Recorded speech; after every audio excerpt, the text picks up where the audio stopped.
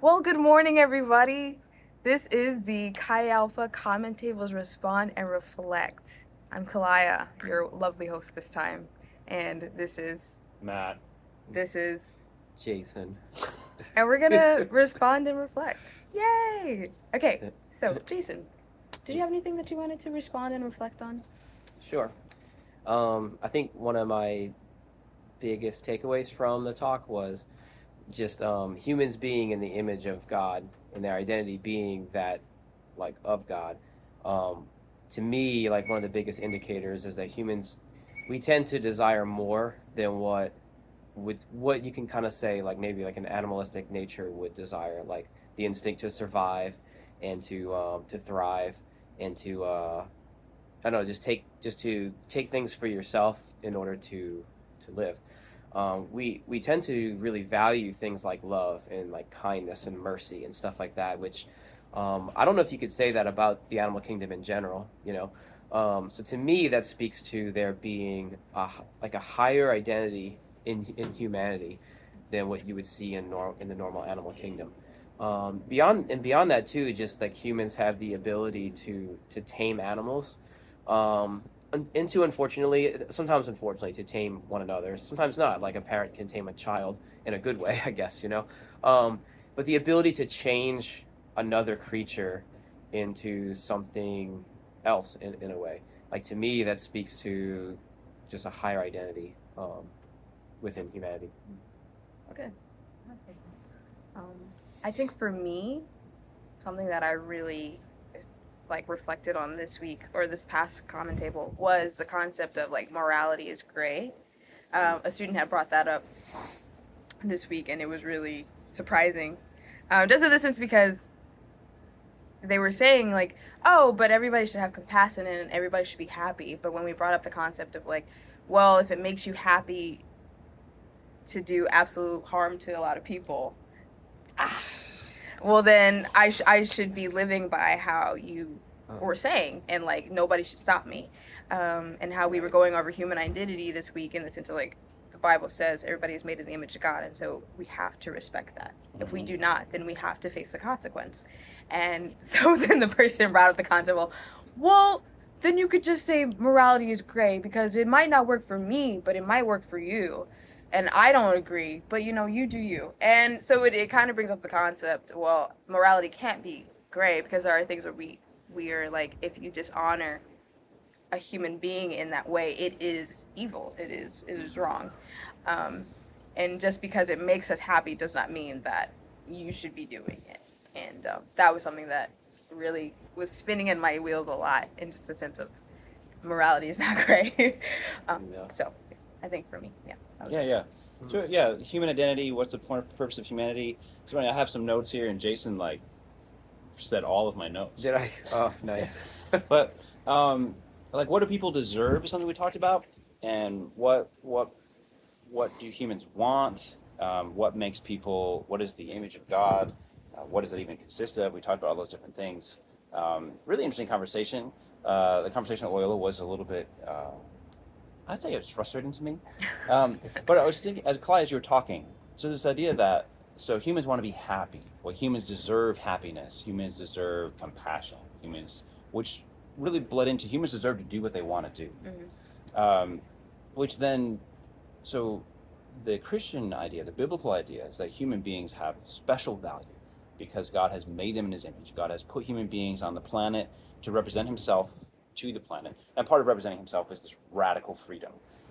Which, if you start in the Bible, Genesis 1, Genesis 2, Genesis 3, by Genesis 3, that freedom has already had, like, literally rocked the world.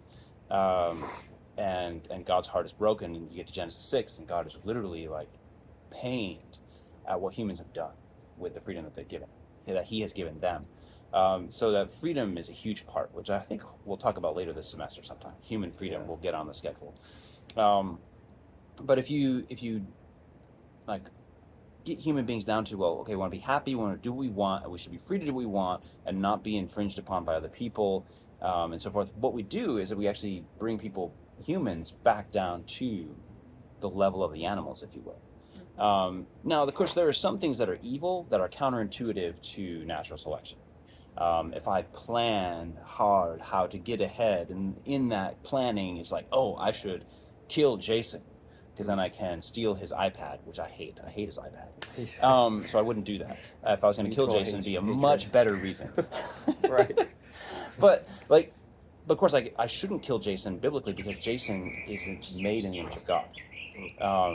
And so, of course, in the Bible also teaches that justice means if I take Jason's life, my life is in jeopardy because he's more valuable than anything I could want that he has. But in the animal world, Jason is food, right? And so I can take food for myself to survive. And so when we just get down to the idea of, well, do what you want to do what helps you survive, but try not to mess with other people. Like I've really just come back to being an animal. There's no value to me besides how I feel in the moment, which kind of feels good occasionally. Like pleasure's nice. Like we're formed. I mean, God formed us in a way that we like pleasure. Pleasure is pleasurable. C.S. Lewis says that God whispers to us in our pleasures. The desire for pleasure is actually part of being near to God. God enjoys pleasure for eternity. But if it's simply just feeling good in the moment, then I'm just an animal.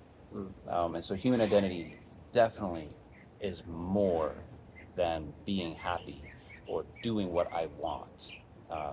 We want things that call us beyond the moment, like our truest desires. And so I think the frustrating thing for me in that dinner conversation was somebody refusing to acknowledge, even though they were bounded in on like by multiple people logically on multiple sides, like, no, I still just don't agree that I should want more than what I want. Even though I do want more than what I want, that doesn't matter that I want more than what I want because I should only want. It was really frustrating. We want more than we can get in the moment. That's part of like this beyond thing that Jason talked about. We long for beyond. We want to change our environment. We want to leave an impact. We don't just want to feel good. Feeling good is great. Sometimes it's a distraction from what we deeply long for, or even what we're made for. But we want, when we're honest with ourselves, we definitely want more. And that's why we often feel regret when we take something that's pleasurable in the moment and we miss out on something more important. It's not just a feeling, oh, I did wrong. Like sometimes you do something there's not morally wrong. No one is going to say that was wrong that you did that, but we know we forfeited something greater for that moment of pleasure. So I encourage you to be all that God's created you to be. You are made in His image. And then I also invite you this Thursday evening at Tulane Lake Hall, the theater there. We're going to have a conversation with Dr. David Carrion, a psychiatrist, with a Tulane professor, Dan Bernstein. They're going to talk about mental health and agency. Why do we want what we want? How does like mental illness, depression, anxiety, how does that affect what we want and how we pursue what we want? And this question, human identity, are we more than just the sum state of our brain states? Is there more to us than that? So, yeah, God bless you guys. Meet us at the common table sometime soon.